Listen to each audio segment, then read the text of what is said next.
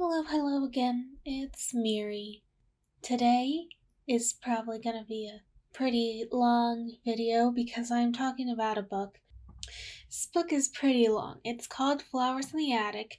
It was written by V.C. Andrews and was published in 1997. It takes place in the 1950s and is about the longest book I've read so far this summer. So, I guess we're gonna just hop into it. So the book starts out 1950s classic suburbia. We have this family, and it is, mother, a father, older brother, and the middle sister she's the character we follow for the most part. They have twin younger siblings, another boy and a girl, and I will say this now. This book delves into really sensitive topics that I'm going to censor, and I'm gonna throw up a warning up here about what all this talks about. So, we start off with this lovely little family, and then their dad dies. And once their dad dies, their mother realizes she has no skills that she can use to make an income for her 4 children. And apparently they don't own anything in their house. Like, they just pay to own, which is not a good economic move to make for this family. So they have nothing. So their mother decides to resort to going back to her family that disowned her years and years ago. They take a midnight train and go down south. I forget what state exactly. They go down south, and then in the middle of the night, their mother drops them off in this enormous house, and they meet their grandmother for the very first time in their lives. Now, at the start of this, it centers around 4 characters, the 4 siblings. We have Kathy is our main character. Chris is her older brother. Corey is the young boy twin, and Carrie is the other twin. Christopher is 15 going into the attic. And then the sister Kathy is 12, and the twins are both 5. So they get locked in this attic, and they thought they were only going to be there for a day. And then their mother comes in and reveals to them that she lied. Their grandfather would never accept them, because they are a product of an incestuous relationship, which is their mother is the half-niece of their father. And they were about the same age, because there's some lore there where it turns out their other grandfather, who is their great-grandfather on their mother's side, really, got remarried to a 16-year-old at 50-something, as you do, and had a kid, and then promptly died. And then their grandfather took everything away from their father that was left in the inheritance, leaving their father to live in poverty with his mother until his mother died and he was a teenager, about 14, 15. Then he went to live with his half-brother and his half-niece, and then they fall in love. As you do. That's just a little backstory there. Terrifying. Now, there's just a lot to unpack in this book that can't quite all be covered under spoilers, so if you do think you want to read this book, mute me from here if you want to watch the drawing or not. I don't care. I'm not your mom. So what happens in this book is basically these 4 children are told they're gonna be in this room that's connected to the attic. It's like a nice guest room, it has 2 beds and a connected bathroom. So they're told they're only gonna be there for a day, and then a week, and then maybe a month, and then they're up there for 3 years. This book delves a lot into kind of what I took away from it was coming of age in the most twisted way possible, and it's a tragedy of becoming the monster that someone sees you as, because one of their primary caretakers becomes their grandmother. Their grandfather does not know they're up there, the maids don't know they're in there, but their grandmother helps their mother out, even though she tells these children that they are a product of sin and that they are little devil children. The book, if you're into these sort of things, it's not only about, having a bit too much fun with family members, but it is. I really interpret this as a weird coming of age story and self fulfilling prophecies because their grandmother pushes this mentality that they're evil, and to the older two especially. And the older two are going through puberty or starting to go through puberty. They're in there for 3 years, you know? The oldest brother goes in there 15 and comes out 17. Or maybe he was 4. The dates are weird. The ages don't completely line up because they come in with different times of the year. It makes sense when you read them. But basically, he goes through puberty. He comes in totally different than he comes out, just physically, mentally. Not only because of all the terrible things that their grandmother and mother put them through, but just because his body is changing because of puberty. And the sister kind of experiences similar things. After this, I'm gonna really delve into spoilers because it's hard to really comprehend everything that happens, or what this book really entails without knowing what all happens, and there were just little plot moments. It's a decently long book, but really, you have to. It was written in a different time, and I'm pretty sure the author has something for incestuous relationships. Should I be saying that word on YouTube? Will YouTube cancel me for that? I don't know. If you even are the slightest bit interested in this book, you have to, I think, ignore some of the factors of this family with a little too much into each otherness. I guess feel and interpret the author as doing these things to spark controversy and not because they're into it. But yeah, moving on from that. Basically, what happens in a lot in this book is it kind of delves into this concept of emotionally and physically hurting these children as the grandmother is in supreme power over them. You know, she controls every aspect of their lives. She controls when they get fed.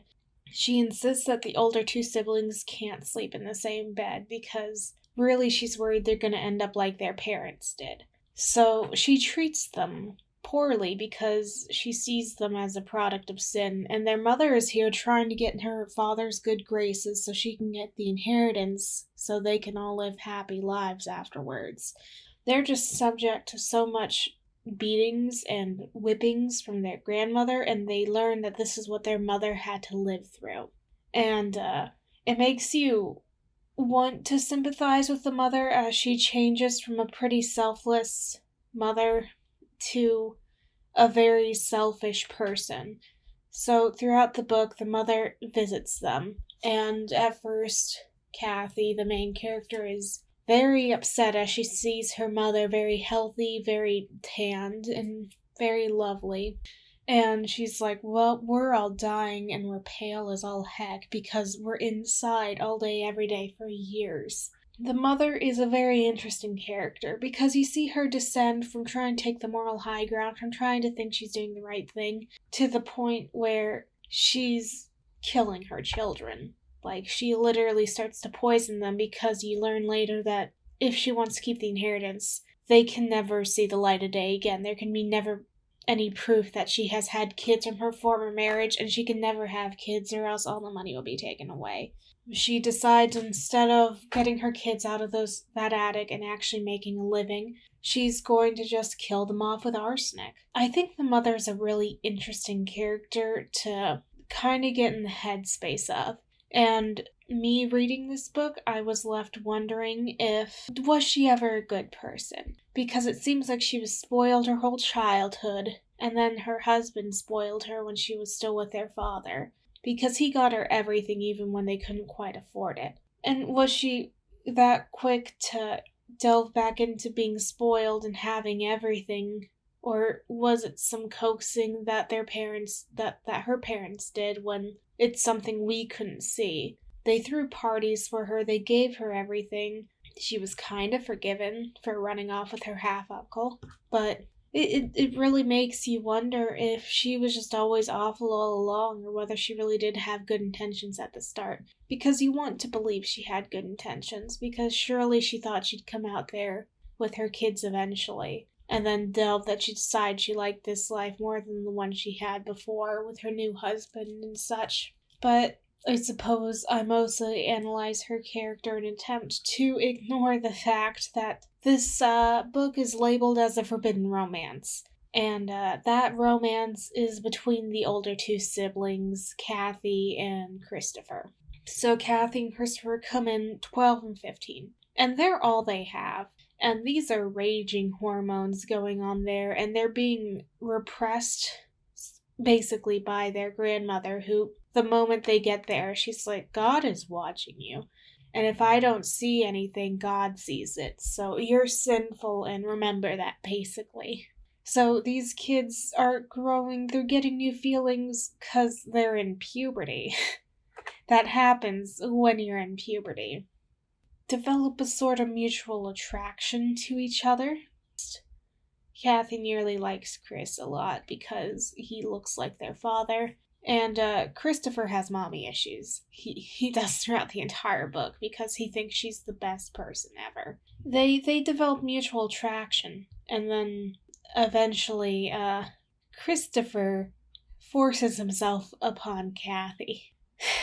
I could barely process that part of the book because I listen to audiobooks. That's what I do. I don't know if it would have been easier to understand if I had words in front of me, though, because it was a weird scene. Because he was angry, and then he took out that anger on her in just the worst way possible. But what was nearly worse, though, is afterwards she's like, it's not your fault, and then they go on as merrily as you can when you're trapped in the attic. They get in a lot of weirdly intimate situations for a brother and sister.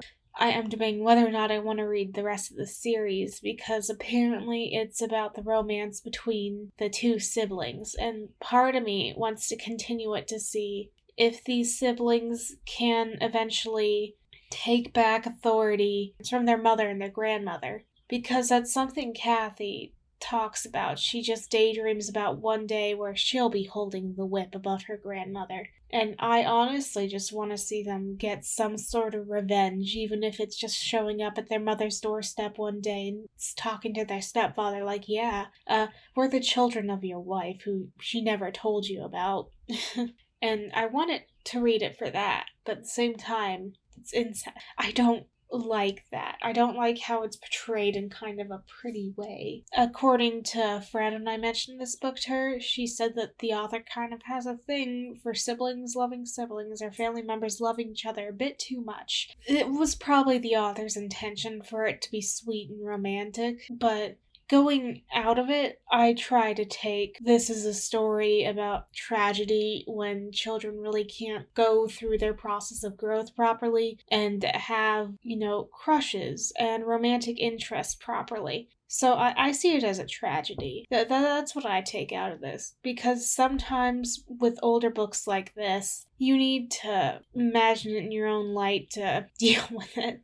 I think it's a good book. Would I recommend it? You have to have the guts for what's being talked about in these things. Like, forcing yourself on someone. And family members loving each other a bit too much. Emotional and physical pain being inflicted on you by family members. It has a lot of very triggering aspects about it, and I can see why people wouldn't want to touch it because of that. It's interesting to see these characters and try to get in the heads of the people you aren't already in. Like, you know what Kathy's thinking, but you're trying to understand the mother, and you're trying to understand at what point she decides she was giving up on her children. And you're trying to understand Christopher and what he's thinking, and it's a tragic book. It's very tragic. Especially when the youngest brother, not alive anymore, because of the poison their mother was giving them. They finally escape by the end of the book fully.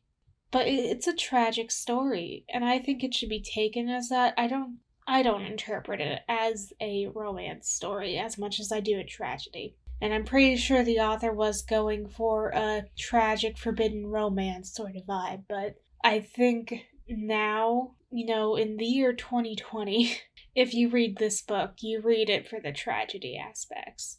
read it if you can handle these sort of heavy subjects and themes and situations.